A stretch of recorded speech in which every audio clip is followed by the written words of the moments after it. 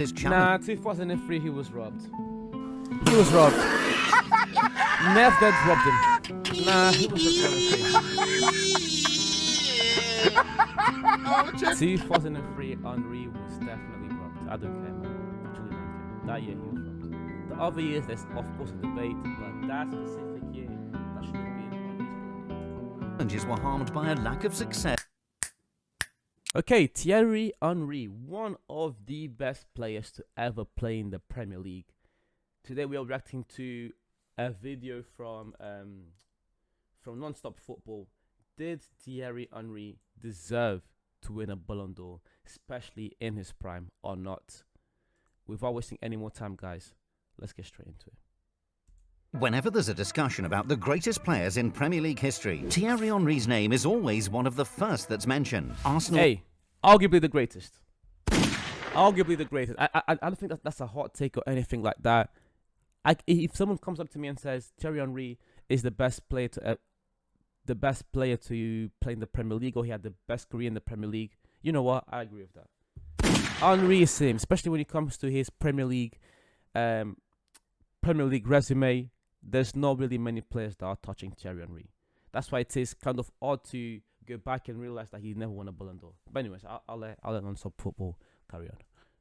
All-time leading scorer with 228 goals. The Frenchman also won multiple trophies with Barcelona and lifted the World Cup with his country in 1998. Henry was undoubtedly one of the best players on the planet during his peak, but he never scooped the most prestigious individual prize in world football. So in this video we ask, did Thierry Henry deserve a Ballon d'Or? Again, Henry made his break. In my books, Thierry Henry is ranked extremely, extremely high when it comes to all-time conversations. I have him in the same tier as, in terms of strikers, I have him in the same tier as the likes of R9 and Suarez. So it doesn't really get much higher than that. I think Thierry Henry is unreal, especially in his prime, what he was able to do.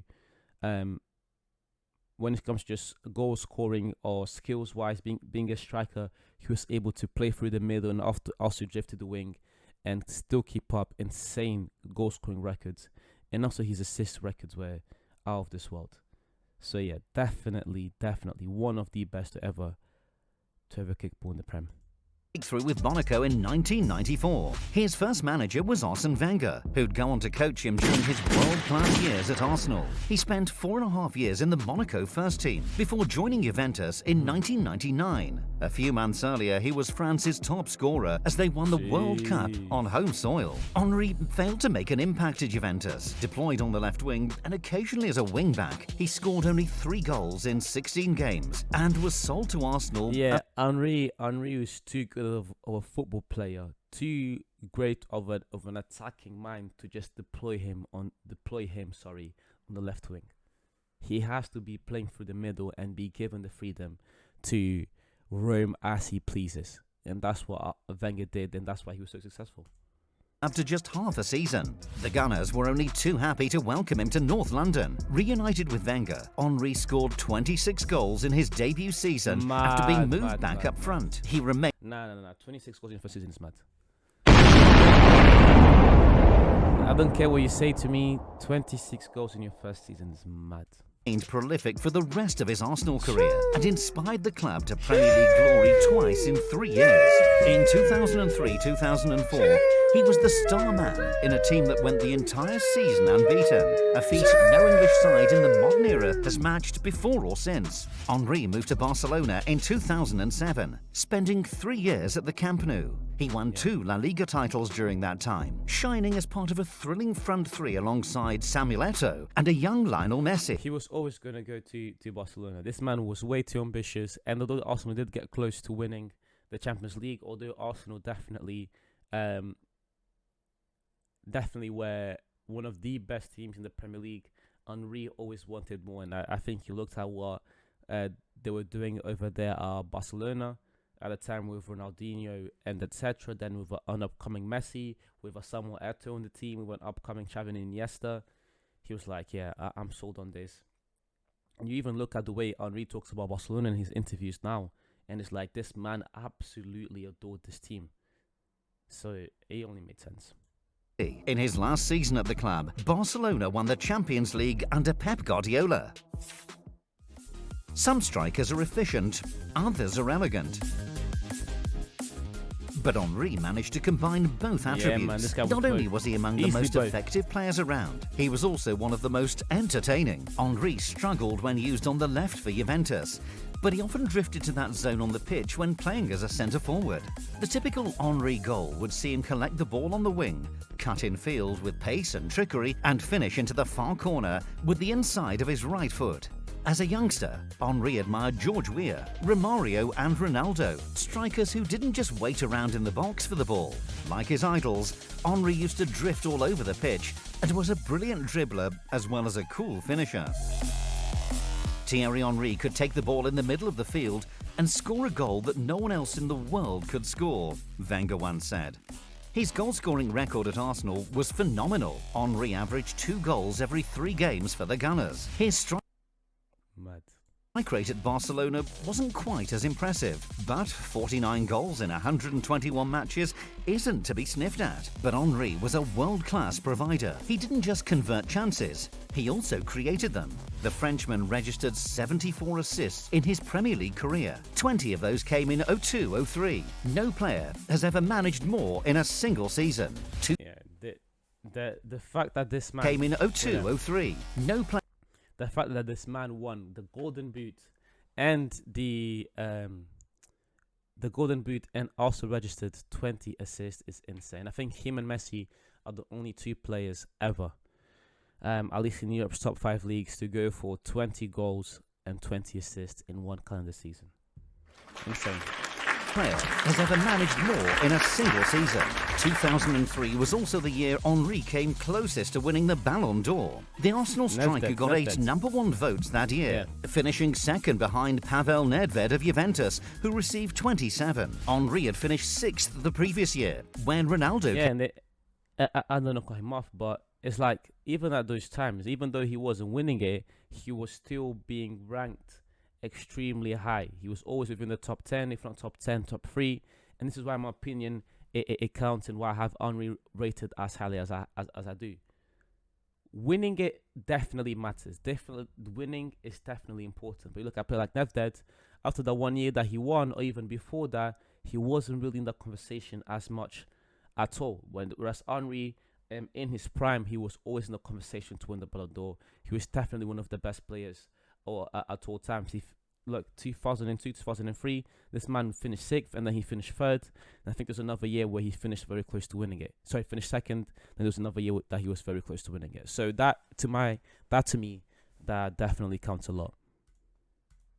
Came out on top. In 2004, having made Premier League history by going unbeaten with Arsenal, he came a lowly 4th, with Andrei Shevchenko, Deco and Ronaldinho beating him to a place on the podium. Henry again finished 4th in 2005. And then you look at 2002, 3, 4 and 5, this man is always in the conversation, and to me that matters a lot.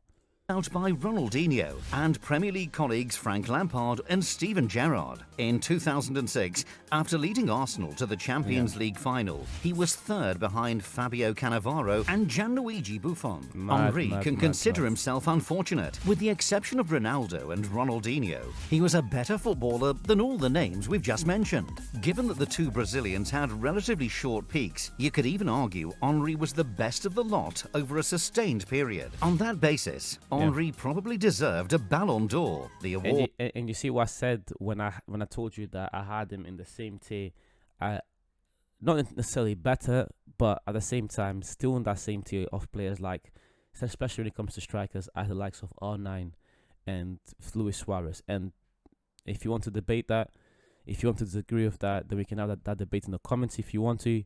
But I feel that strongly about Thierry Henry and how good he was back in his prime. This man was insane.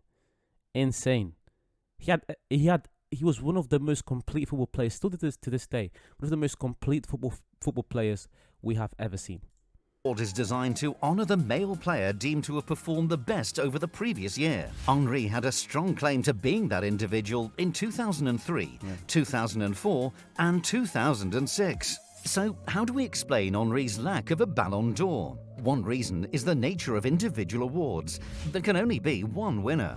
That's always the case whether the competition in a particular year is weak or strong. Henry was unlucky to be competing in a crowded field of excellent challengers. If he'd had his 2004 year in 2001, he surely would have beaten Michael Owen to the prize. However, it's not true that Henry was robbed of a Ballon d'Or, as some of his biggest fans might claim, and that's because his challenge... Nah, 2003 he was robbed.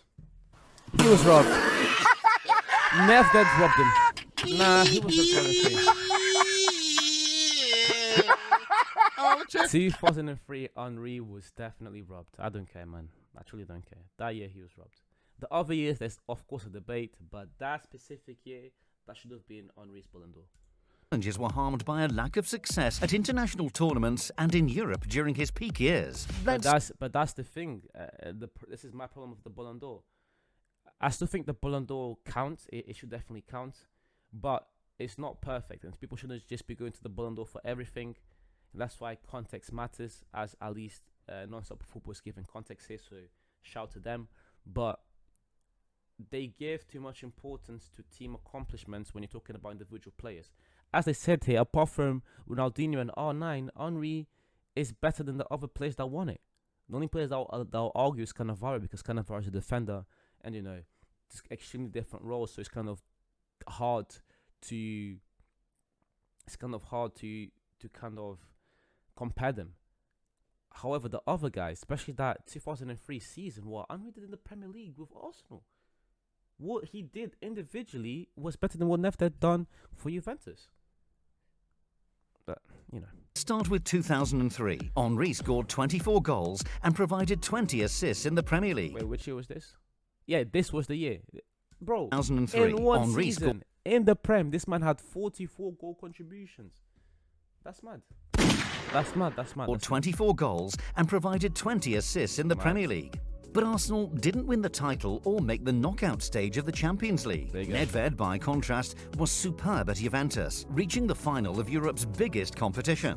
The following year, Henry was incredible in his domestic league, but France flopped at Euro 2004, and Arsenal were eliminated from the Champions League in the quarter-finals. In 2005, Ronald... Again, I think Non-Stop Football are doing a great job here at analysing year by year, because it is exactly what I've been saying for some time now. They give too much importance to team accomplishments. When you're talking about individual performances, especially in a season where he had 44 contributions in 38 games played in the Premier League, he was the best. He was the best in the world. Henry was the best player in the world. Ronaldinho, Gerrard and Lampard all finished above Henry. The two Englishmen went further in the Champions League, while Ronaldinho was at the top of his game for Barcelona. Henry did reach the Champions League and World Cup finals in 2006, but he lost both, and Fabio Cannavaro won the Ballon d'Or for his role in Italy's success in Germany. Things may have turned out differently had Henry won either tournament that year, but individual and collective awards are often decided by fine margins, and they worked against Henry in 2006. Looking back now, it does seem strange that Henry failed to win a Ballon d'Or. He was one of the world's best footballers on it. It's not really strange. It's understandable. It's the criteria that they use. It's unfair, but it's the criteria that they use. So at least they are somewhat consistent with their crappy criteria. His day, and is regularly chosen by pundits as the best Premier League player of all time. He may well have won the World Cup in 1998 and the Champions League in 2009, but Henry was never quite as effective on the international or European stage as he was in the Premier League with Arsenal, and that's the main reason he didn't win the Ballon d'Or. Did he deserve one? Again, saying he wasn't as effective, I think, is a bit of a stretch, where he's not the only one on the pitch. He's not the only one that's taking the burden. For example, he's not the goalkeeper. He's not the one conceding goals. He's not the defender. He's not the one making the mistakes.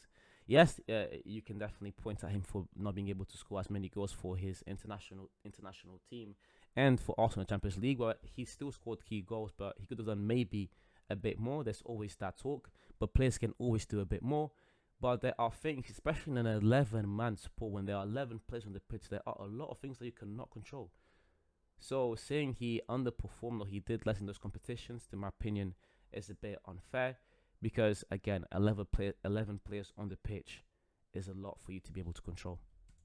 Well, the answer is a matter of opinion, but Henry was unfortunate not to finish top of the voting in 2004. Porto and Greece were surprise winners of the Champions League and European Championship that year. Andrei Shevchenko was the man who claimed the prize, but his AC Milan side were knocked out of the Champions League at the same stage as Arsenal. While Shevchenko scored 24 goals in Serie A, Henry netted 30 in the Premier League. When Thierry Henry looks back on his Ballon d'Orless career... Stop. I said Henry was robbed in 2004 and 2003. I take it back. He was robbed in 2003 and 2004. I just forgot that about Shevchenko. These two players, if you're talking about their Champions League performances, they were knocked out on the same stage. And then when you look at the Premier League individually, Henry had the better season. What are we doing right now? It's crazy. It was robbery. This man was robbed 2 years in a row. He was robbed back to back. Drake should have let him borrow that diss track, man. 2004 is the one that got away. But anyways, guys, I will definitely leave the link to Non-Stop Football in the description if you're not going to show them some love afterwards. You are much appreciated for watching it to the end. Please leave a like, comment, subscribe, share. Do all those things to please help me grow this channel. And as I say at the end of all of my videos, I'll see you soon.